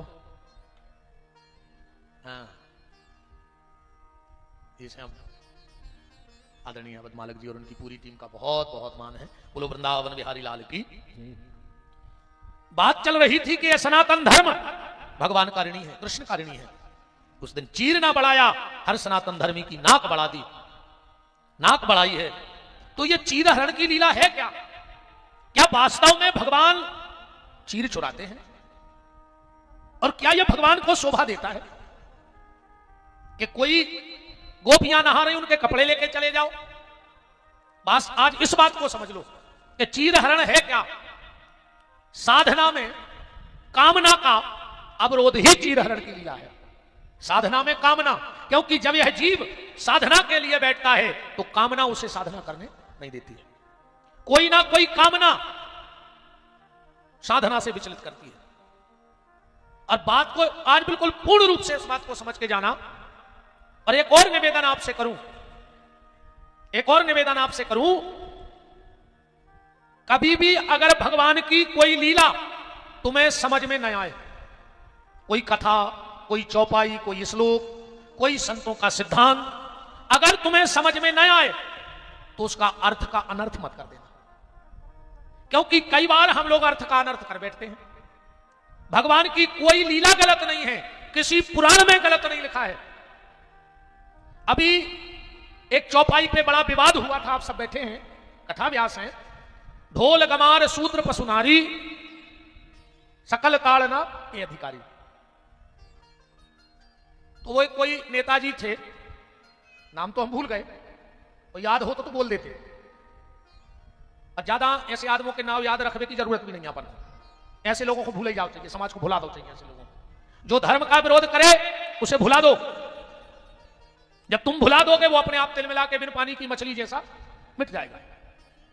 सूत्र का शब्द किसी जातिवाचक शब्द नहीं गोस्वामी जी ने लिखा है। खाली एक चौपाई पढ़ के उसका अर्थ करने बैठ गए। अरे एक चौपाई को समझने के लिए चारों वेदों को निचोड़ना पड़ेगा, तब कहीं जाके उसका सार निकलेगा। अब मान के चलो तुम सागर से बाहर नहीं गए, अब बंबई दिल्ली की बात करो। सूत्र का मतलब है, सूत्र शब्द कहां आया? ज्योतिष में वर्ण, सूत्र वर्ण होता है। तो कई बार ब्राह्मण की कुंडली में भी सूत्र वर्ण होता है कि नहीं होता? क्षत्रिय की कुंडली में भी सूत्र वर्ण होता है। सूत्र कोई जाति नहीं है, सूत्र एक वर्ण है। और वो ब्राह्मण की कुंडली में भी बैठ सकता है, क्षत्रिय की कुंडली में भी, वैश्य की और कनिष्ठ की कुंडली में भी बैठ सकता है। पर अब कुछ लोग ज्ञान खराब हो। हमारा निवेदन जो है कि अर्थ को अनर्थ न करो। अगर तुम्हें कुछ समझ में नहीं आ रहा है तो भगवान से प्रार्थना करो कि प्रभु जीवन में कोई ऐसा संत सदगुरु मेरे लिए भेज दो जो आपकी इस लीला को सही सही हमें समझा सके। उदाहरण, स्कूल में मास्टरों ने पढ़ाया 9 के दुआ 18 होता ही है। अब मास्टर की तो गलती है नहीं है, होते सुने पढ़ाओ। अपन घरे आए, अपन ने गले उठाई, पीछे में वर्णमाला रहे थे। ओ में भी लिखो, काय मासा लिखन मासा, ओ में भी लिखो, दो मासा बैठे। ओ में भी पीछे लिखो 9 के दूने 18। अब तुमने उठाई स्लेट पेंसिल और तुमने करो जोड़बो चालू, सुबह ने करे 9 के दूने 17। अब बताओ मास्टर गलत है कि किताब गलत है या अपनो जोड़बो गलत है? अपनो जोड़बो गलत होगा ना। निवेदन, ना तो कोई भगवान की लीला गलत है और ना कहीं कुछ गलत लिखा है, बस हमारा जोड़ना गलत हो जाता है तो अर्थ का अनर्थ हो जाता है। इसलिए कभी भी अर्थ का अनर्थ मत करो। साधना में कामना का अवरोध ही चीरहरण है। गोपियां जब स्नान कर रही थी तो सहज में स्नान करने नहीं गई थी। बटुक जी बैठे हैं, तुल प्रेम जी बैठे हैं, पूज राजघाट वाले महाराज जी बैठे हैं, पूज बलेरा वाले महाराज जी बैठे हैं। चारों बहुत दिव्य व्यास हैं। जब चीरहरण हुआ उस वक्त क्या लिखा है भागवत जी? मैं तो इतना ज्यादा पढ़ा लिखा नहीं हूं, पर इन लोगों से सुन लेता हूं, इनकी सुनी सुनाई बात बोल देता हूं। क्या कर रही थी उस समय गोपियां? पढ़ो, कात्यायनी महामाये महायोगन्यधीश्वरी नंद गोप सुतम देवी पति कुरुते नमः, यही लिखा है। क्या कर रही थी गोपियां? जल में खड़े होकर के कात्यायनी माता को भजन कर रही थी और कह रही थी कि वो कृष्ण मुझे पति के रूप में प्राप्त हो जाए। वो साधना कर रही थी, और जब जीव साधना करता है तो कामना परेशान करती है। भगवान गए, थोड़ी देर को कामना को दूर कर दिया। ऐसे समझ में नहीं आए तो ऐसे समझो, एक माता जी हैं, उनको एक लड़का है, भारी ऊधम करत है, वो रोटी बनाने ही नहीं देती। अब ऐसा तो है नहीं कि वो लड़का रोटी नहीं बना दे रहा, सुबह माता जी मार के फेंक दें, तो फेंक दें। फिर बा बहन का करत है कि अपने लड़का को हाथ पकड़ो और बगल बारी के जात कहते जिज्जी तने ये तो राखे रहो, आधा घंटा आ जाए, मेहमान आ रहे और आ जाए जुआती करे हैं, तो आधा घंटा भरे को तुम अपने घर खेले लगाए रहो, जैसे ही हमारा काम हो जाए हम लुआ जाए। बच्चा को छोड़ के घरे आई, अपनो काम करो, काम होगा तो फिर ले आई। ऐसा ही गोपी भजन की रोटी बना रही, पर कपड़ा रूपी वस्त्र बालक परेशान कर रहे। बार बार मन किनारे पे जा रहा था कि कोई कपड़े ना ले जाए, कोई कपड़े ना ले जाए, मैंने वो बच्चे परेशान कर रहे थे। भगवान रूपी पड़ोसन आई और कछु देर को बाल बच्चे को उठा ले गई। जब उनकी साधना की रोटी बन गई, भगवान ने आकर वापस कर दिया। इतनी सी तो बात है, और उसको हम लोगों ने तूल बना के व्यर्थ की बातें करने लगे। देखो, साधना के पथ पे पहले 3 बाधाएं आएंगी, ध्यान से सुनना। भजन करोगे तो 3 बाधाएं पहली हैं। कौन? सबसे पहले कंचन, धन, लोभ, ये तुम्हें भजन के मार्ग पे नहीं जाने देगा। बड़ा मंगलमय फिर सौभाग्य है आज इस भूमि का, हमारे मध्य में, हमारे ही सागर जिले की माटी में एक दिव्य संत को प्रकट किया, जिन्होंने व्यक्ति का मार्ग धारण करके परमात्मा के पथ पे चलने का दृढ़ निश्चय कर लिया। ऐसे परम श्रद्धे और या से पूज्य संत श्री बलराम दास जी महाराज का पावन पदार्पण इस मंच पर हो रहा है। प्रभु जी पधारें। और साथ में भैया श्री राजकुमार सिंह जी धनोरा, दिलीप मासा वगरिया, देवरी से भैया संदीप जैन बबलू भैया, हमारी जन्मभूमि से बड़े भैया श्री विक्रम सिंह जी, और हमारे छोटे अनुज बहुत अच्छे कथा व्यास आचार्य अवधेश शास्त्री जी, सबका खूब खूब मान भगवान की मंगलमयी इस पावन चर्चा में है।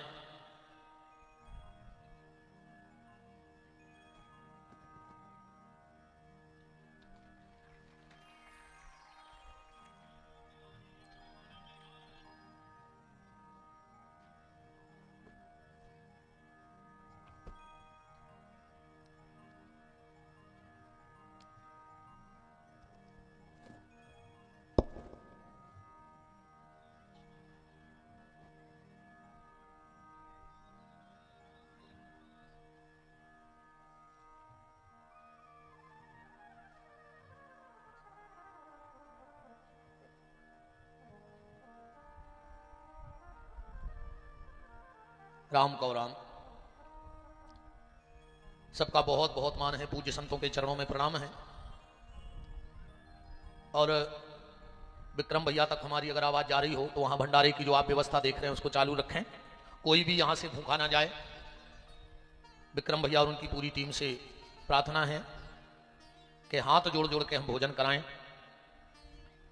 कोई भी भूखा धाम से न निकल जाए। बोलो वृंदावन बिहारी लाल की जय, राधा माधव सरकार की जय।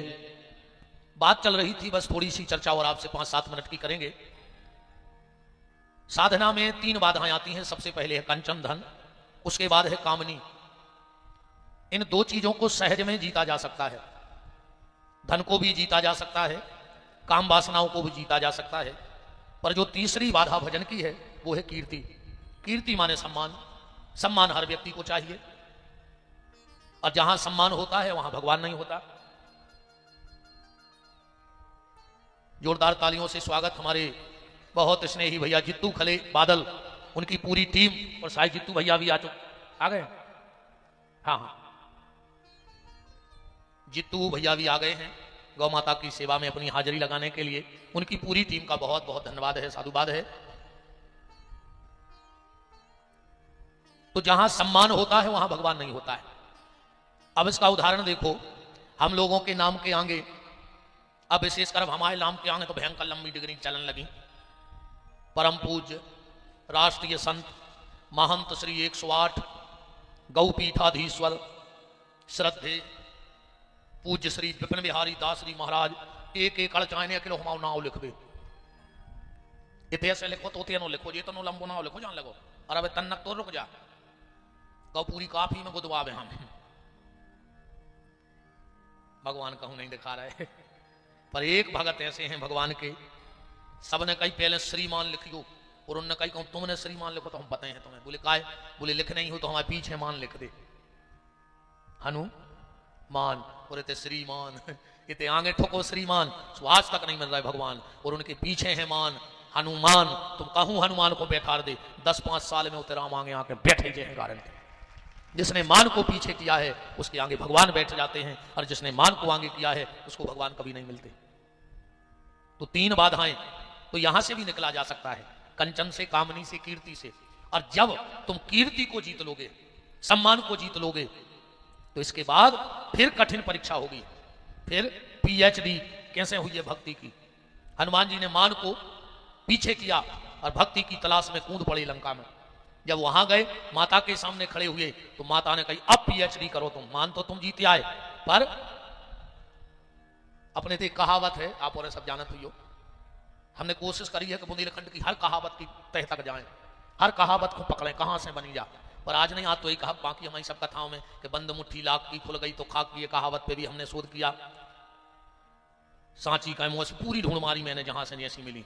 पर आज तो इतने आओ, एक कहावत चलत है, बोले का है तुम कथा में नहीं दिखाने। अरे महाराज 17 अड़चने हैं, 17। आज तक उन्हें जाने कही कि 11 अड़चने हैं कि 12 अड़चने हैं। ऐसो भी नहीं जाके कल सागर जिले में 17 अड़चने आए, विदिशा जिले में बैठे पूज्य बटुक जी भी विराज होते भी 17 अड़चने के। अरे 17 पेंगट रहे हैं, 17 समस्याएं हैं। अगर उसे कह दी जाए कि गिनवाओ कि भाई 17 को आए, तो वो 1-2 गिनवा पे, 17 ने गिनवा पे मनु के है 17 जी कया है 17 अड़चने। जय आए भक्त और भक्ति के बीच की PhD। अगर ये 17 अड़चने पार कर रहे हो तो भक्ति तक पहुंच जाओ। ये 17 अड़चने सीता जी ने हनुमान जी के सामने फेंक दी कि अगर हनुमान तुम इसमें फंस गए तो कभी राम तक नहीं पहुंच पाओगे। और वो कौन है? बोले अष्ट सिद्धि नव निधि के दाता। 8 सिद्धि और 9 निधि, 8 और 9 कितने हो गए? 17। जी हाँ, 17 अड़चने। क्योंकि अगर थोड़ी सी तपस्या करोगे तो निश्चित है, साधना करोगे तो साधक बनोगे, साधक बनोगे तो सिद्धि होगी, और जब सिद्धि होगी तो गारंटी है प्रसिद्धि भी होगी। जितनी प्रसिद्धि होती जाएगी, जितनी अधिक प्रसिद्धि होती जाएगी, उतने तुम भगवान से दूर होते जाओगे। या भी बिल्कुल गारंटी जानियो। मिलवे जुलवे वालों की इतनी भीड़ रहे कि तुम भगवान को भजन करा ही नहीं पाओ। तो सिद्धि अप्रसिद्धि, अप्रसिद्धि भाई, और आदमी अपनी मंजिल से भटको। संत श्री कबीरदास जी कह रहे हैं कि मठ मंदिर और संपदा, महाराज जी कबीरदास जी का दोहा है, मठ मंदिर और संपदा जब आवे भरमार, तो समझ लियो बा साधु से रूठ गयो करतार। समझ लेना कि भगवान अब तुम्हें अपने से दूर कर रहा है, संसार में फंसा रहा है। हमारे बुंदेलखंड का गौरव अपने वाणी के जादू से हर हृदय में अपनी एक छवि स्थापित करने वाले भैया, मेरे परम स्नेही जित्तू भैया, जित्तू खरे बादल। सवेरे तो जो बादलो भव तो वो तो चलो गौ, पर हमें भरोसा हतो कि गौशाला में कौन बादल बरसे, चाहे नहीं बरसे ये साल, पर जित्तू खरे बादल जरूर बरसे। बहुत बहुत मान है, बहुत बहुत स्वागत है गौपीठ में। तो ये 17 अड़चने, ये 17 अड़चने व्यक्ति को भजन तक नहीं जाने देती। इन्हीं 17 अड़चनों के रूप में जो कामना है, जो वस्त्र के रूप में गोपियों को आत्मा परमात्मा से मिलने से रोक रही थी, भगवान ने कुछ देर के लिए उसको उठा लिया। यह चीरहरण की लीला है। इस पे प्रवचन तो बहुत हो सकता है, पर आज समय की थोड़ी सी अपनी सीमा है। भगवान ने आत्मा परमात्मा का मिलाप ही महाराज से, फिर भगवान ने अक्रूर जी लेने आए भगवान को, कंस ने भेजा, भगवान गए मथुरा। सबसे पहले रजक को गति दी, नामदेव के घर गए, फिर कुब्जा से भेंट की, मुष्टिक चाणूर सल तोसल कुबल पीड़ हाथी सबको गति प्रदान करते हुए। और अब आज की आखिरी बात जा है कि मोहन ने मम्मा को निपटा दो। क्या भाई, मोहन ने मम्मा को निपटाओ है कि नहीं निपटाओ? को सहमत है? मोहन ने मम्मा को निपटा दो, कृष्ण ने कंस को मार दो। गलत जगह ने घटाइयो हमारी बात, न तुम्हारे कहूं ले जा रहे हो, राजनीति से ने जोड़ियो कि मोहन ने मम्मा को निपटा दो। हैं? कृष्ण ने कंस का अंत कर दिया। इसकी दो पत्नियां थीं, अस्ति और प्राप्ति, जरासंध की पुत्रियां थीं, चली गई। भगवान ने उग्रसेन को कारागार से मुक्त किया, वसुदेव देवकी को और उग्रसेन जी को राजा बनाया। भगवान शिक्षा के लिए पहुंच गए उज्जैन, वहां से लौट करके आए, जरासंध ने हमला कर दिया। भगवान सबको मार देवे, जरासंध को छोड़ देवे। एक दिन बलराम जी बोले, कन्हैया जो हर बार आऊ थे परेशान कराते ही को तो निपटा दे। भगवान बोले, देखो दाऊ ऐसो है, जब घरे बैठ के दुकान चले तो साइकिल पे थैला लटका के घूमो चाहिए। दाऊ बोले मतलब? बोले बात जा है। आओ राहुल भैया, हमारे राहुल भैया छोरा उपस्थित हैं, खूब खूब माने ब्राजिएगा, ब्राजे। भगवान बोले, देखो दाऊ ऐसो है, हम ये जरासंध को छोड़ दे, जो अपने पूरे रिश्तेदार कराते खट्टे, सबको लो ले आओ, सबको मरवा दे जो भाग ले। तो अपन को एक एक राक्षस ढूंढने नहीं पारो, जब घर ही मर भी आ रहा है सब रे, तो अपन काय परेशान हुई है। और बात ईमानदारी की जा है, तीन बातें जी खबर रखियो। पंगत करेंगे पहली, कहूं को नहीं तो आवे, चाहे बफर की हो। अब ज्यादा हम बुराई कर नहीं रहे बफर की, नाता तो तुमने छी हो ने। कबू बाजार से 5-10 रुपया की धनिया की पत्ती ले जो, वो में 2-5 इल्ली तो कर हैं। वो गार्डनों में यहाँ 10-10 किलो धना, अब वो तेरे सुधार यार एक एक पत्ता सीधे गट्ठा में कुलरा दे। ये लगे सब्जी बहुत टेस्टी है, काय ना 300 इल्ली हमारी में टेस्टी नहीं लग। बताओ, अच्छे बड़े बड़े आदमी फिरते हैं, सोने की चेन लटकाएं 20 तोला की, 5 रुपया की प्लास्टिक की प्लेट लाएं, एक ही रोटी दे दी। क्या तरक्किया करी तुम्हारों ने कि 40 लाख की गाड़ी में गए, 40 तोला की चेन पे रहे। अच्छा एक और ध्यान रखियो, जेके गरे में जितनी मोटी चेन वो उतना ही बेचैन, वो नींद नहीं आए। तुम तो चेन से समझ जाओ कि जो सूत ने कहा, कछु कछु तो कॉलर के ऊपर डाला था कि सब देख लेते नहीं है। बड़ी अब ज्यादा नहीं कह रहे, कछु इतने बैठे हैं काश अपने घर है, बाहर तो भरम जो के थे सो सब जाना तो सुपंगत करेंगे पहली, और वाहन में बैठेंगे बीच में, गाड़ी कहूं से ठुक जाए तो मर नहीं सका, चाहे आगे से एक्सीडेंट हो जाए चाहे पीछे से, बीच वारो आज तक नहीं मरो।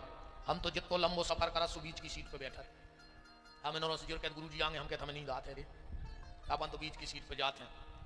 पंगत पहली वाहन में बीच में, क्या तुम लड़ाई हो रही हो सबसे पीछे खड़े हो जा, जो लगे लगे मौका आए तो भगवे में अपन सबसे आगे, अगर तुम आगे रहे कि लगे तो पहले तुम्हें भले। एक बात और सुन ले, जहां कथा होए बैठ के सुनो, और आखिरी नो बैठो, कथा बैठ के सुनो चाहिए, का पता कौन बात तुम्हारी जिंदगी बदल देवे।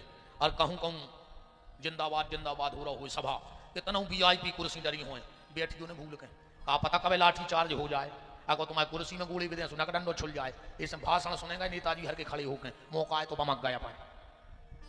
ठीक, भगवान ने जरासंध ने कालियवन को ले गया, भगवान भागे। प्रवसन पर्वत पर मुचकुंद मानधाता के पुत्र, इन संतों का ऐसा मत है कि यही मुचकुंद कलयुग में भगत नरसिंह मेहता बन के पधारे हैं।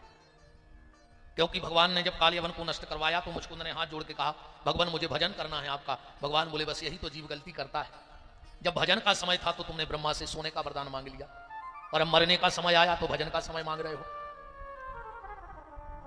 यही गलती हम लोग कर रहे हैं।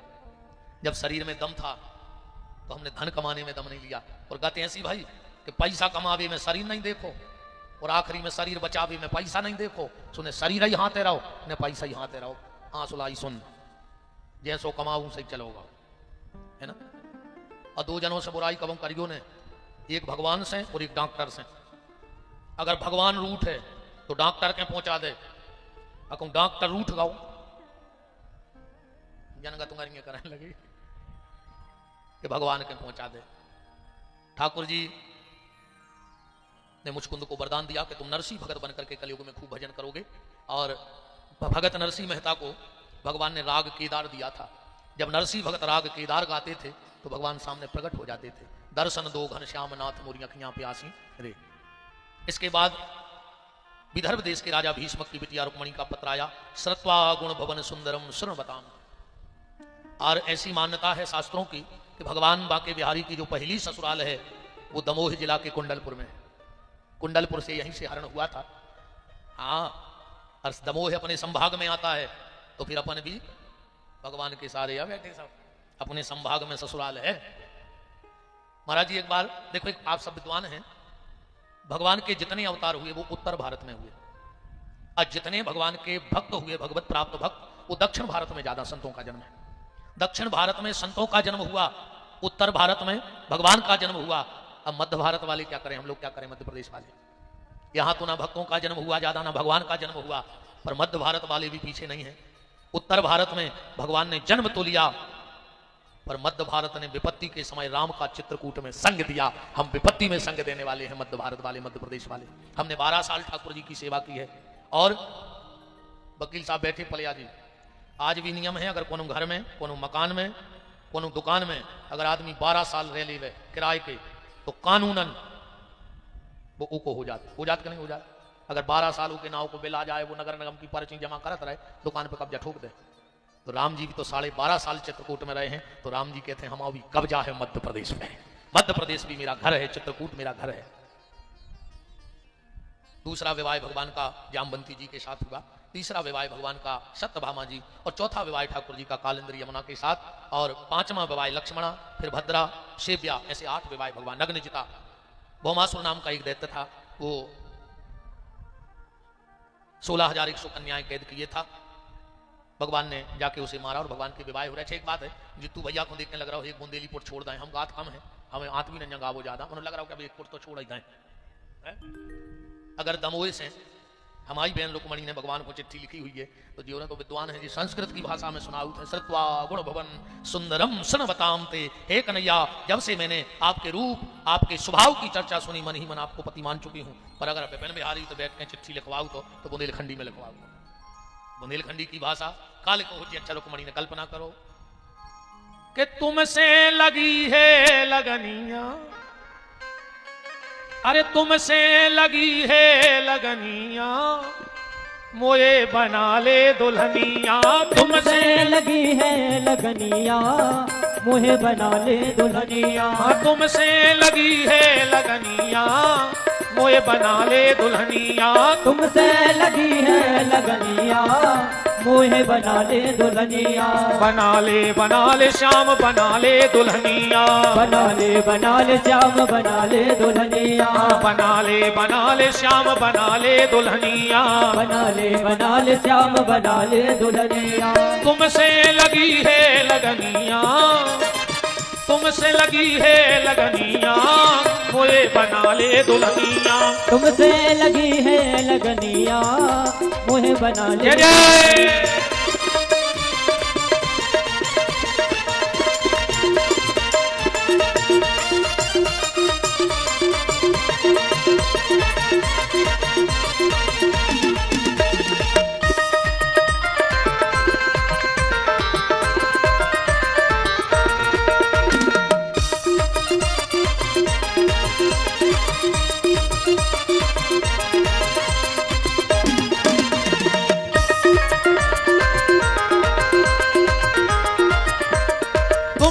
लगी है लगनिया, मोए बना ले दुल्हनिया। तुमसे लगी है लगनिया, मोहे बना ले दुल्हनिया। भगवान के विवाह संपन्न हो रहे हैं। आज की चर्चा को विराम की तरफ ले जाएं। मैं नवीन भैया से निवेदन करता हूं मंच पे आ जाएं जहां भी हैं। और आज जिन दानदाताओं ने 2 मिनट के लिए और बैठ जाओ। हमारे सचिव भैया गौर झामर से दुबे जी, पलिया जी वकील साहब, सोनी जी सागर, पीएल यादव जी सागर, सचिव भैया पुरुषोत्तम तिवारी खामखेड़ा, इन्होंने आज 1-1 लाख रुपए की राशि, हमें सच कह रहा है कोई पता नहीं, इन्होंने की मेहताब सिंह बहिरिया मम्मा, इन्होंने 1-1 लाख रुपए की राशि गौशाला को भवन निर्माण के लिए दी है।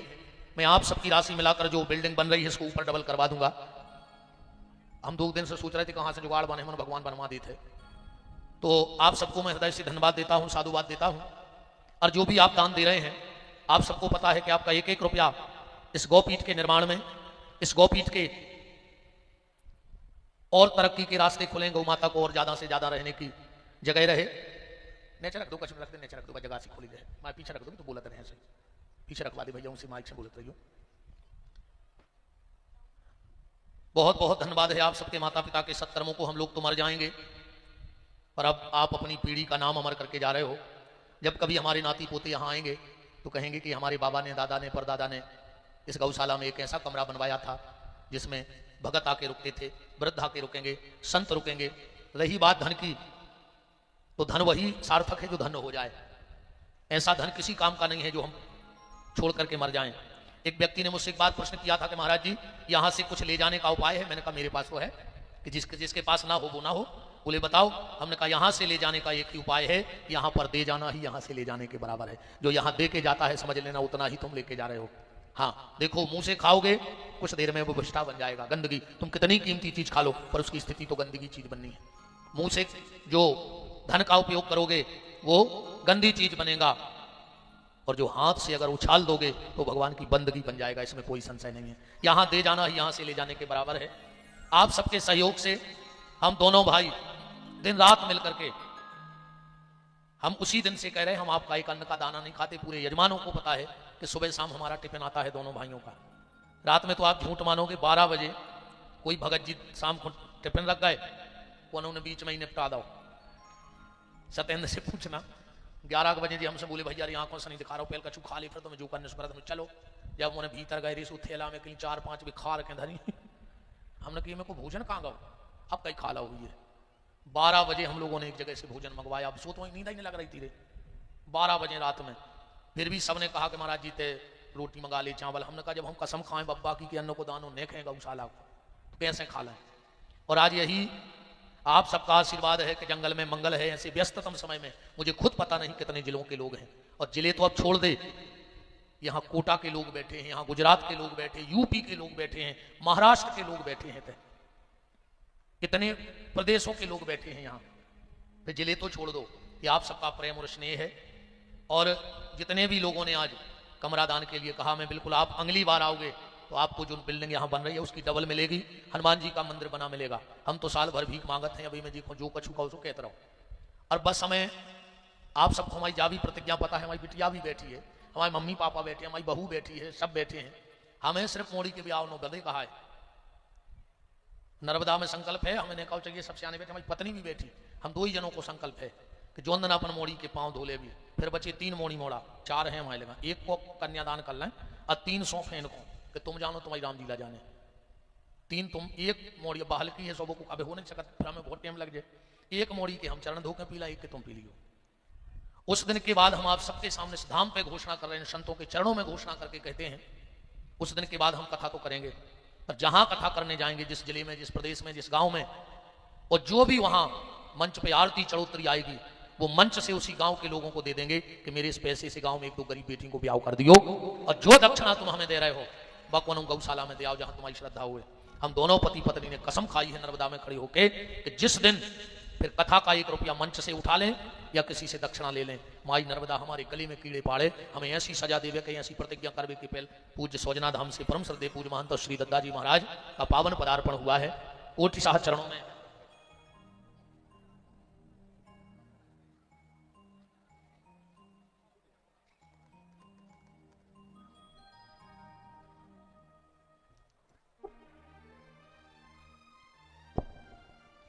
पूज्य दद्दा जी के साथ महंत जी पधारे महाराज जी, उनको भी खूब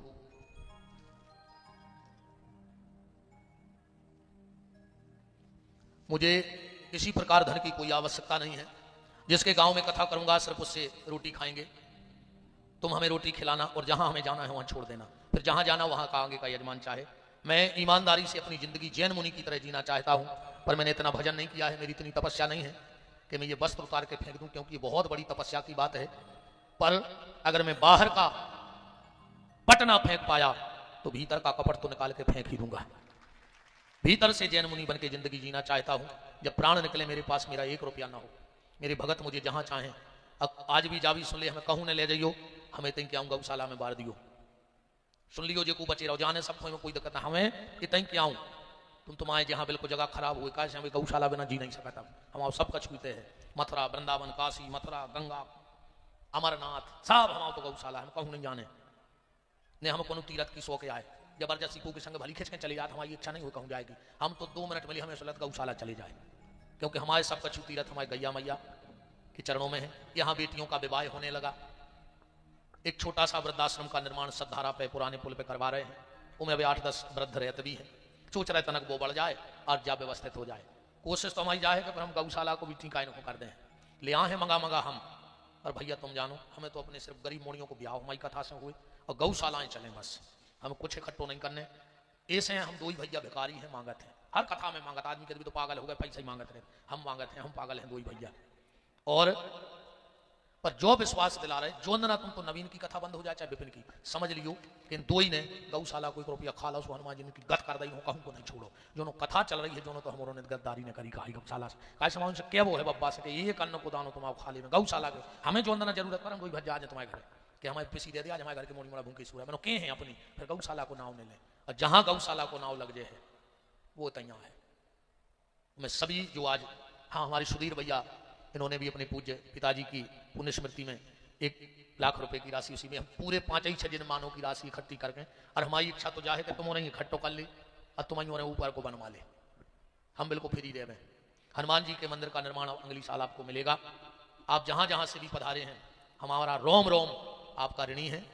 आप लोगों ने मुझे अपना मान के दोनों भाइयों को वो गौरव प्रदान किया है, वो गौरव प्रदान किया है कि शायद मेरी 7 पीढ़ी आप लोगों का कर्ज न चुका पाए।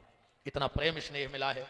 लोग हमसे पूछते हैं तुमने क्या कमाया है, हमने कहा हमने धन नहीं कमाया है, पर अगर विपिन बिहारी नवीन बिहारी की कमाई देखने हुए तो गौशाला आ जा, जहाँ माटी को आदमी नहीं मिल रहा हो, यहाँ सब काम लगो है चेत को, इतने जगह नहीं मिल रही, हमने जो कमावा है, हमारी कमाई जाए बैठी है, जा है हमारी कमाई के पूरी गौशाला में जगह नहीं है कहूँ तो जय कमाई गौ माता हम पे कृपा करें, अगली बार फिर जन्म मिले, यहाँ सौभज्जा मिले, ऐसे ही गौशाला मिले, और हम उन्हें दो फिर कौन धाम बनाए। इन्हीं मंगल शुभकामनाओं के साथ आज की वाणी को विराम। आगे की शेष चर्चा नवीन बिहारी जी, और समय फिर हमें सबको जितू भैया को सुनना है। 2 शब्द में नवीन भैया से निवेदन करूंगा, बटुक जी से भी निवेदन करें कि 2 आशीर्वाद और 2 शब्द पूज्य राधा रमन दास जी महाराज के श्रीमुख से संतों का आशीर्वाद मिल जाए तो हम लोग धन्य हो जाएं। जगह मत छोड़ना, हमारी वाणी में और इन संतों की वाणी में बहुत फर्क है। हाँ, मैं कहता कागज की लेखी, मैंने जो पढ़ा है वो बोल देता हूं, पर संत कहें आंखन की देखी। ये आत्मचिंतन की बात, अनुभव की बात करते हैं। पढ़ाई लिखाई अलग विषय है, और फिर हम बरोबर पढ़ो तो उन्होंने करे थे एक हाथ उठा दी को हम बरो पढ़ो है। दिलीप माँ साहब बैठे हैं, उनको पता है, रवि बच जाए तो पूरा ही पता है कि हम कितने पढ़े। हम 8वीं में 3 साल फेल हैं, बताओ को भावित तो हमने 1 क्लास 3 बार पढ़ी है, मैंने हम ज़्यादा जानत के तुम्हारे बताओ महाराज जी को, ये किताब 3 बार पढ़े वो होशियार के 1 साल पढ़ो जो वो होशियार। हमने 3 बार पढ़ी ये किताब, हम ज़्यादा जानत है, तो पढ़े लिखे तो अपन भवत है, पास ही नहीं हो पाए रे, क्या करें नहीं भाई तो ठीक है मनो भैया। बोलिए शाबरे सरकार की, गौ पीठ की, आवाज बढ़ाओ थोड़ी। बंजारन महारानी की, बड़ा ही अत्यंत हर्ष और सौभाग्य का विषय है आज 9वां वर्ष सावरे सरकार गोपीठ परिवार के लिए, और 5म वर्ष महामहोत्सव वर्षगांठ इस समय गोपीठ परिवार मना रहा है, जिसमें आप सबकी उपस्थिति, स्नेह प्रेम सम्मिलित हो रहा है, और गोपीठ परिवार का मान आप सबकी उपस्थिति से बढ़ रहा है। मैं हृदय से धन्यवाद साधुवाद करता हूं इस धर्म यज्ञ में